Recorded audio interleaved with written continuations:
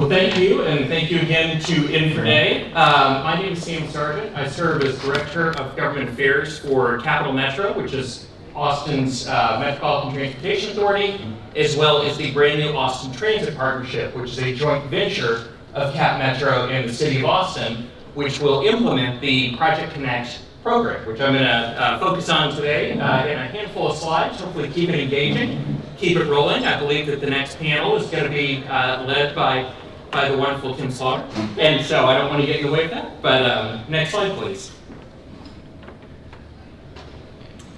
So I first wanted to just give a little bit of an overview of Capital Metro proper. And so some of you may have heard about Project Connect, which was the November 2020 voter-approved multi-billion-dollar transit expansion in Austin.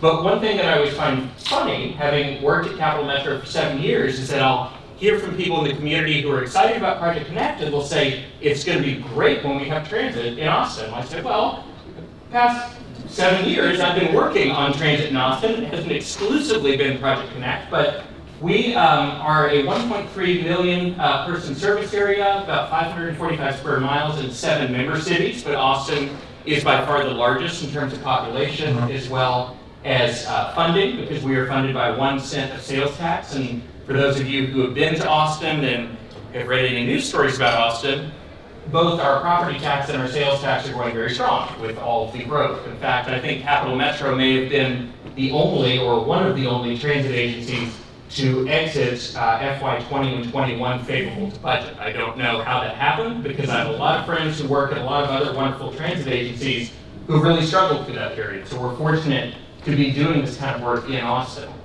Our ridership is about 16.8 million, and that is in our COVID downturn, but we've been seeing healthy return. And then you can see a little bit more about our operating capital budgets, principally from sales tax, and then a 400 and some odd diesel fleet, 12 electric buses, I'll touch on this in just a moment, and then our paratransit vehicles, and we do have a 32-mile commuter rail line.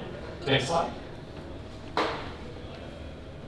A couple of highlights from the past couple of weeks, I would say, is, months, is our fleet electrification, which is a really, really critical turning point for most transit agencies in the United States, and in Austin in particular. Sustainability and being green is certainly a value in Austin, and our board approved a 197 bus order from New Flyer and Proterra back in September, which is probably the largest single order of electric buses in the United States. We've also broken ground on 2 of our bus rapid transit, or BRT lines, that are partially funded by the voter-approved Project Connect program. So we're very excited to have some early wins there, and expect to have those open for service in the middle part or end of next year. And then improvements to our existing Capital Metro Red Line commuter rail line with an assortment of local and federal dollars, including Christie Grant, so that we can continue working on double tracking the entirety of the line, building a new station as well at Austin's new Q2 soccer stadium, which is very exciting. Because we've seen as much ridership on Austin FC game days as we've seen in months on the Red Line. As you can imagine, most of our ridership growth, since we're coming hopefully out of the pandemic, I think that us being here today is a sign that that is hopefully happening. But our commuter rail and commuter bus services have continued to lag. A lot of the people who take those services live in suburban Northwest Austin, and a lot of them tend to have jobs in tech where it is a lot easier for them to work remotely. Next slide.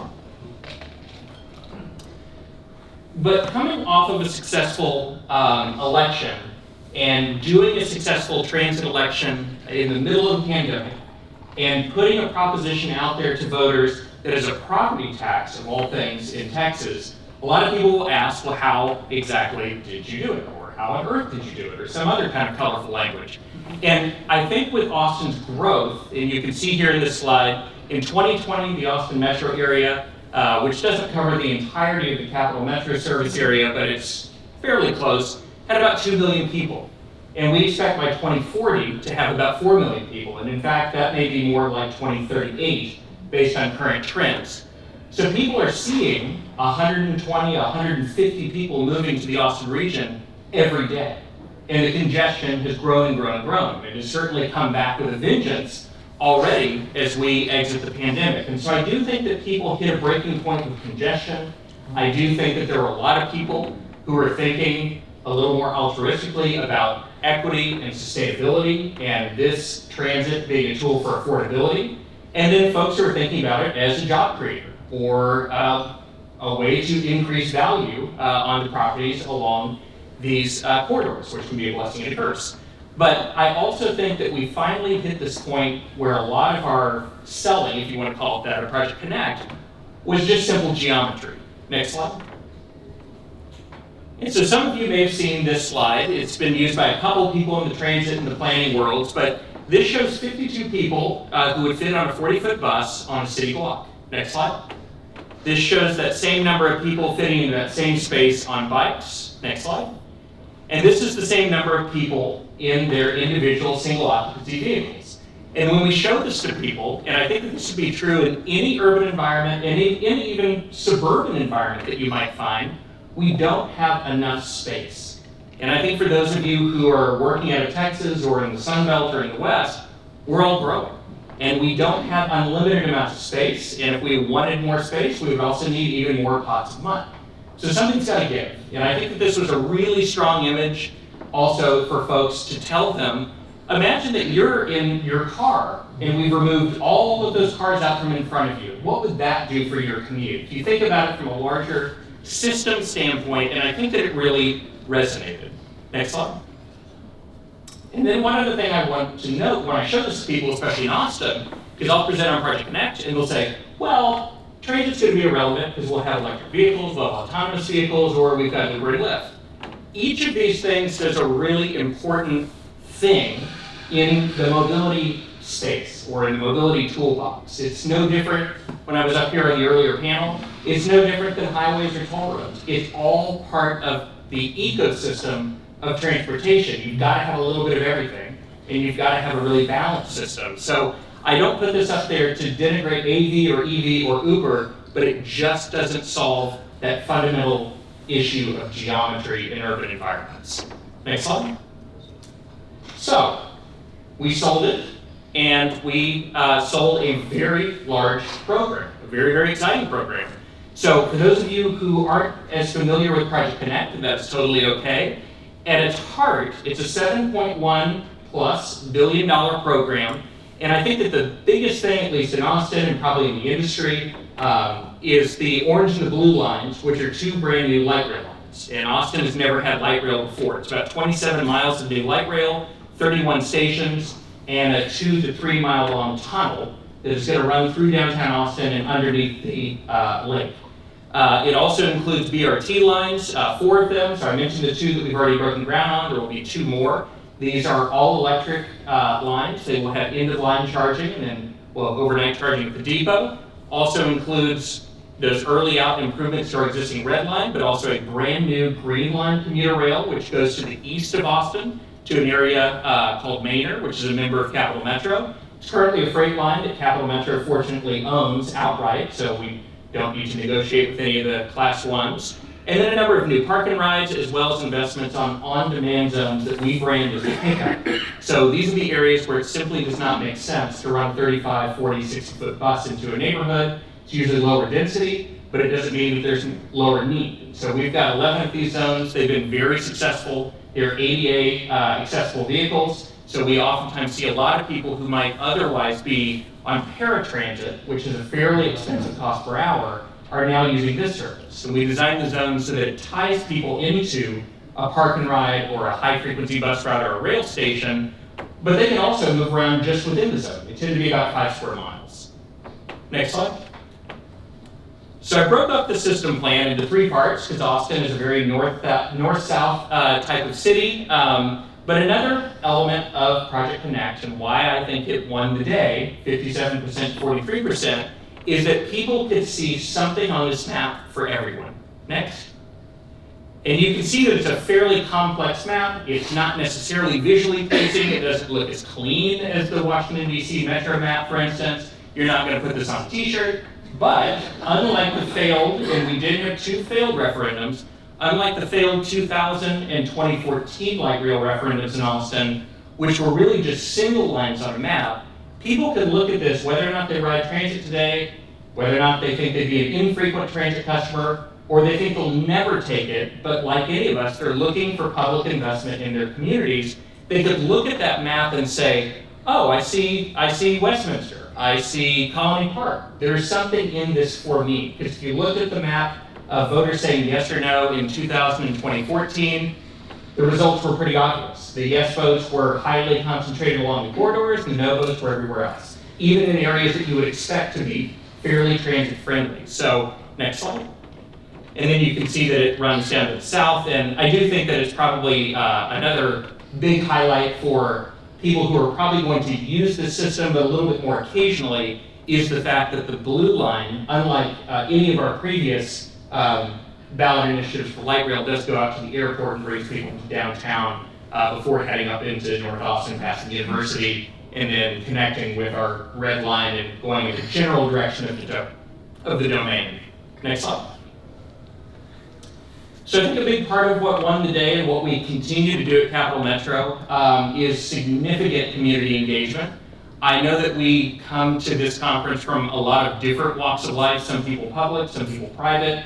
But I think what we have to do on the public side, for a variety of reasons, some of it required by statute and some of it just because it's one of our values, and in Austin especially, people do expect to be consulted. They expect to be consulted often about almost everything, and it's a lot of work, but it's very important. But I think what it does is it not only lets people get their voice out there and not make the agency feel like some kind of other that they don't understand, it gives people ownership over the end product.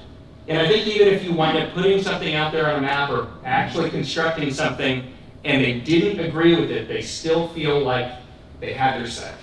Next slide. Proposition 8 passes. There's just a couple of little headlines from that, but I do think that our community engagement, along with the quality of that map, and I also think quite a bit of honesty from Capital Metro about things that we had not done well on our existing commuter and bus side in the past, but also some of the failures of those earlier referendums, really made this a successful referendum. Next slide. And one of the things that came from that referendum, other than getting the green light from voters to proceed with the NEPA process, the federal CIG process, ultimately construction and operation of this new system, is that we needed to solve a problem of how the money was going to be pulled together. And so Project Connect is the overarching program. It's a program of projects, the light rail component and the tunnel being the largest. But Capital Metro is the only transit operation in Austin. It's also the FTA's designated recipient. So Capital Metro is going to be the one that receives the federal grant funds if we are successful. It's going to be highly competitive, and we are asking for a significant amount of money. But Capital Metro will be the holder of those federal funds, while the city of Austin is going to be the recipient of the property tax money. It was the city of Austin's proposition. They're the ones that raised the property tax. Capital Metro doesn't legally have the ability to do that. And then we will put all of those funds into this new joint venture. It's a local government corporation. I'm sure some of you have probably done projects with LGCs before. I don't know, in my research leading up to the creation of the ATP, which I worked quite a bit on, I don't know of any other transit operations that have done something like this for capital. I know that DCTA in Denton has done it for operations, but it is a very new kind of entity. And so you can see here on this slide how the projects within the program of Project Connect, if I had to do it over again, I wouldn't have called Project Connect because it's a program, but that's all right. We repurposed the 2014 branding. But the Austin Transit Partnership, for those of you especially on the private side, is now beginning to issue contracts. So it's been up and running for about 14 months, and it has already issued outside legal services, a little bit of right-of-way real estate, but it's going to start getting into the big planning, engineering, and construction game very, very soon. And you can see that its focus is really on the newest elements of our transit system in Austin, which is light rail, tunnel, and a brand new maintenance facility that we need for not only light rail, but our growing electric bus fleet. Capital Metro will continue doing the elements of Project Connect that we already do well. We've already got the staff for, and that is bus rapid transit, express bus, park and rides, the neighborhood circulators I mentioned, customer technology like our mobile app and real-time arrival information at bus stops, and then our existing red line. And then the City of Austin plays a critical role, not only as a local funding partner, but most of this system outside of the tunnel is going to be built in the middle of City of Austin right-of-way. Very similar to what you see outside here with Houston Metro, what you see in parts with DART, and what you see in a whole number of other cities in the United States, as well as utilities relocation and permitting. And one other element that is really important to note about what the Austin Transit Partnership can do that Capital Metro can't do by statute, and the City of Austin can't really do because it has other bond commitments, is that the ATP is going to be a bonding entity. So it will need to put out revenue bonds so that we can have enough cash flow at the midpoint of construction. Because even with a large New Starts federal grant or set of federal grants as well as the property tax, it still won't be enough in 2024, 25, 26, 27, when we may need $1 billion or $2 billion in single years to possibly build this on time. So, next slide. Going back to that theme, and I think maybe this is just because I do work in the government affairs side of our operation with a little bit of community engagement, a lot of board engagement, but also as a planner in one of my hats as a planner by training, is again that idea that people feel some sense of ownership over the projects that are put out there. That it's not just sitting out there, and maybe it's sitting out there and they use it, but you don't want it to be faceless. You want them to come away with a good experience. And I think it's really important, at least to Capital Metro, and I think most transit agencies, is that we don't call the people who ride our services riders or passengers, and that's partially because it sounded a little passive. We call them customers. And I think that I would also term anyone out there in the community a customer. They pay sales tax, they pay property tax, this belongs to them, and you want them to have that sense of ownership. So this is from MARTA in Atlanta. Some of you may know MARTA, but they've done a really neat, fairly expensive, and they handed off a little bit of their authority to do this, but they let the community decide on the branding of some of their new heavy rail vehicles. And it had got a lot of great press. It got them a lot of goodwill in the community. They've done a number of other wonderful projects, including building soccer fields underneath some of their elevated stations, and then they created a league so that there are station-based teams, which I think is very cool. But it's just one of those little ways that you can make somebody say, I'm really glad that they did that, and I feel like I had a part in it. Next slide. Other ways of doing it, and this is something that's going to be really important to Capital Metro, the Austin Transit Partnership, partially because Austin, I think, is a very aesthetically oriented, arts-oriented, design-oriented city, is how do you create a capital project, and for me, it's a transit project, that incorporates a lot of placemaking, incorporates art. I think it's really important, whether it's some of the art you saw before or some of this green design, like this LEED certified facility in Indianapolis, or one of the underground stations of LA Metro, which has themes underground that represent a community above ground. But how do you make, especially for an above ground facility, how do you make it so that even if, and this is the goal in Austin, so mode split, a lot of people probably know that phrase, so the percentage of people who are on any given day are taking transit over a car or a bike or walking, right now we're at about 3 to 4% in Austin. And that's pretty average for a Sunbelt city, maybe even be a little bit higher than some. But the city of Austin's goal by 2040, when we're at 4 million plus people in the region, is to hit a 50-50 mode split of single occupancy vehicle and non. And the non could include bike, ped, telework, or transit. And the transit part of the pie is about 16% is the goal. That would be an enormous percentage for almost any city, but it's huge. But something I'd like to think about is that means that 84% of people on any given day are not going to be on board one of our trains or on our platforms. So how do you build something that has meaning for the people just passing by? And I oftentimes will compare that to maybe a park. Maybe there's a park with a fantastic playground, you don't have kids, or your kids are grown, and you're not going there, but you're still really glad that it's there. It's just like a library. You're glad that it's there, it looks nice, it's inviting, you know people are using it and liking it. You may not, but you're still glad that it's there. That's a lot of what we're trying to do with transit, not only to get people on board, but to keep them supporting the operation that we're doing. So also doing placemaking, this is an example from Denver. I'm sure a lot of folks have been to the 16th Street Mall. We have a couple of locations in downtown Austin that could sorely use some of this kind of treatment. Again, Austin's a beautiful place, aesthetically oriented, but I don't think that we have a unified vision of what our streetscape could look like. Here's an example from Europe of underground stations. So how can you build a station that's underground and doesn't feel small or dark or cramped?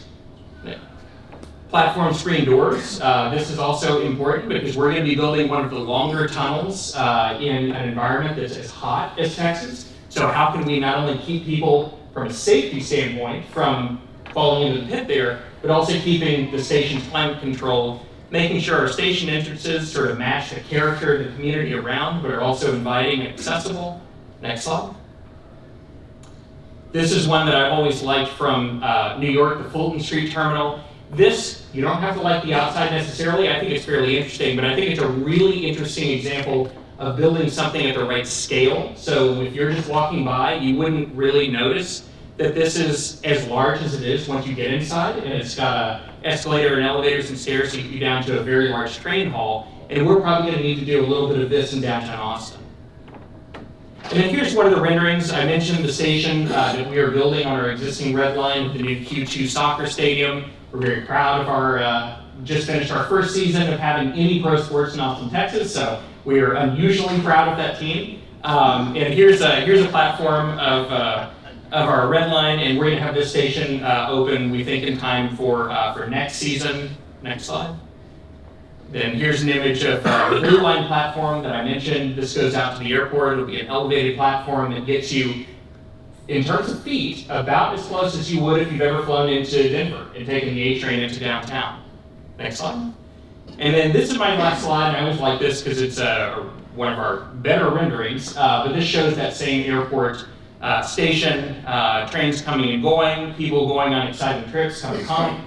What I like about it, though, is that it gives you that sense of place. It incorporates that transit investment, and I think that it gets people excited. I remember showing this after we first got a hold of this from one of our consulting firms over the summer before the election, and it just sparked people's imagination. And I tell other transit agencies especially those with smaller marketing budgets, you don't have to have anything like this, but you just have to spark people's imagination. And so I think that's one of the great things about what we do in transit. I'm very, very excited about Project Connect.